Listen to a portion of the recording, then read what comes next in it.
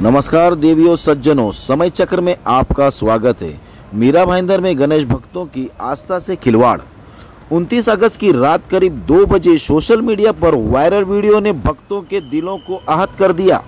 नगर निगम द्वारा बनाए गए कृत्रिम तालाब में श्रद्धालुओं से गणेश विसर्जन कराया गया, लेकिन रात 2:30 से 3 बजे के बीच उनकी मूर्तियों को तालाब से निकालकर एक टेम्पो में भरकर कहीं और ले जाया गया। जब लोगों ने अधिकारियों और पुलिस से सवाल किया तो उनके केवल यही जवाब मिला कि हमें जानकारी नहीं है। भक्तों का कहना है कि ये परंपरा से हटकर कदम उनकी भावनाओं पर गहरी चोट है। गणपति बप्पा हमारे घर के सदस्य हैं और उनका इस तरह अपमान अस्वीकार्य है। अब सवाल उठ रहा है कि क्या प्रशासन ने पहले जनता को कृत्रिम तालाब के बारे में जागरूक किया था? विसर्जन के बाद मूर्तियों का क्या होता है? नागरिकों ने साफ चेतावनी दी है कि उनकी आस्था के साथ खिलवाड़ बर्दाश्त नहीं किया जाएगा। देखते हैं आगे क्या।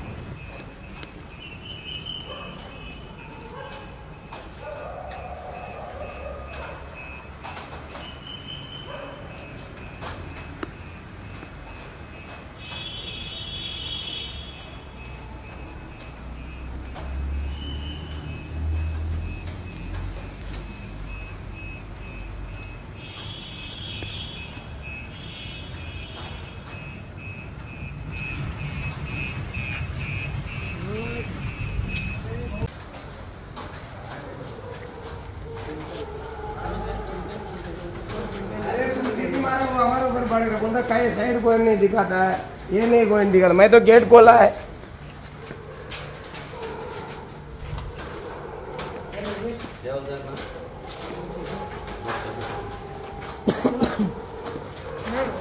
दोनशे 57 मूर्त्या झाल्यात फक्त इकडे।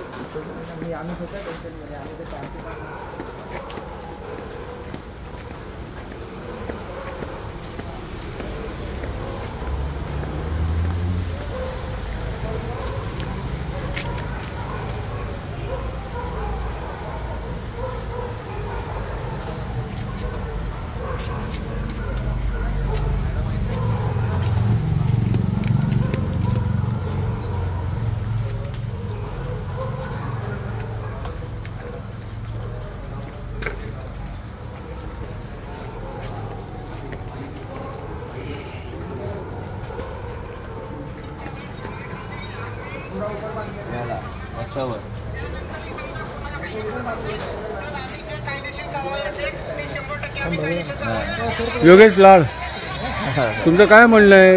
हे जे आज गणपती विसर्जन झालं, शासनाने पूर्णपणे लोकांच्या भावनेशी आणि श्रद्धेचा खेळ केलेला आहे। याच्यामध्ये दुसरं काही नाही आणि हा निव्वळ सेन्सलेस गोष्ट आहे। 2 दिवसाआधी महानगरपालिका डिसिजन काढते कुठल्या हिशोबाने? लोकांना जनजागृती केली, तुम्ही पीओ मातीच्या मूर्त्या करा आणि मातीच्या मूर्त्या पण पॉन्डमध्ये विसर्जन, मग मातीच्या वरती जनजागृती कशाला केली लोकांनी? आणि कोर्टाचे ऑर्डर काढले, कोर्टाची ऑर्डर आहेच नाही लोकांकडे।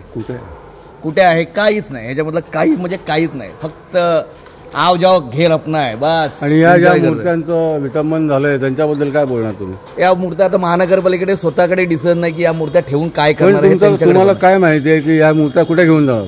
या शिवार गार्डनला घेऊन जाणार असं सांगण्यात आलं। आणि मग त्यांचं विटंबन झालंय, आपल्या आस्थेचे खेळ केलेले आहे महानगरपालिकेने, त्याचं काय काय आता बोलणार? यांच्या महानगरपालिकांचे अधिकारी आणि प्रशासन याला जबाबदार। आता पोलिसांशी मी बोललो, पोलिसांनी सांगितलं की आम्हाला फक्त सुरक्षेचा आणि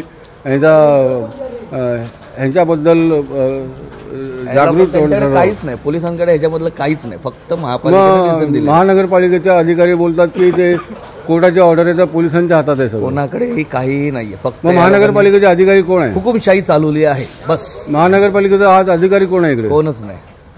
मग ह्या मूर्त्या बेवारस आहे, हीच गोष्ट आहे। अच्छा, तुमचं काय म्हणणं आहे? कोणाचं साहेब, तुमचं काय म्हणणं आहे? तुम्ही काय म्हणाले मगाशी की आम्हाला फक्त सुरक्षेचा अधिकार आहे? बाकी बीट मार्शल आहे, आम्ही बाबा बघत असतो कुठं नाही, पण आमचं बीट मार्शलचं कर्तव्य आहे। माझं महानगरपालिका असं सांगते की कोर्टाचा आदेश आहे। दादा मी काय नाही, मी कॉन्स्टेबल आहे, तुम्हाला बोलायचं ना, पोलीस स्टेशनला साहेब आहेत, त्यांना जाऊन भेटा, तुम्ही साहेबाला बोला। धन्यवाद। ही आता एक गाडी आलेली आहे, या कृत्रिम तलावामधून ज्या गणेश मूर्ती होत्या त्या मूर्ती आता इकडे स्टोरेज केल्या आहेत. त्या इकडे ह्या सगळ्या मूर्तींचं विटंबन झालेलं आहे. फक्त 2-4 सेकंद पॉन्डमध्ये ठेवून त्यानंतर त्या इकडे जमा केलेल्या आहेत. आणि ही गाडी आलेली आहे. त्या गाडीचा नंबर आहे MH04LQ 7242. आणि ही गाडी आता या मूर्त्या शिवार गार्डनला घेऊन जाणार असं बोलत आहेत. परंतु त्या कुठे घेऊन जाणार आणि तिकडून नंतर काय होणार याबद्दल ते लोक काय सांगत नाही. कोणाला काही माहिती नाही आहे. आणि अशा प्रकारे बघा ही एक मूर्ती आणली. आता ही मूर्ती उचलली आहे. हे बघा, म्हणजे या महाराष्ट्रामध्ये बाकीच्या सगळ्या लोकांना अनुमती आहे, परंतु हिंदू धर्म आणि मराठी लोकांच्या या गणेश उत्सवाला विरोध होत आहेत. आणि त्या लोकांना म्हणजे गणेश उत्सवाला गणपतीला विसर्जनाला पाणी मिळत नाही आहे. पाणी मिळत नाही ही सगळी खंताची बाब आहे आणि हे चुकीचं आहे. आणि प्रशासनाने आणि महाराष्ट्र शासनाने याची दखल घ्यावी एवढीच विनंती.